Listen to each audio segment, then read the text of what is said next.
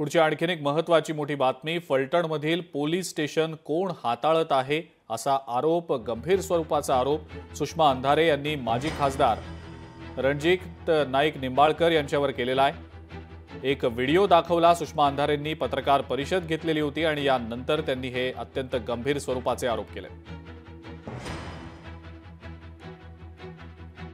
बीड हा काही स्टिग्मॅटाइज जिल्हा आहे का?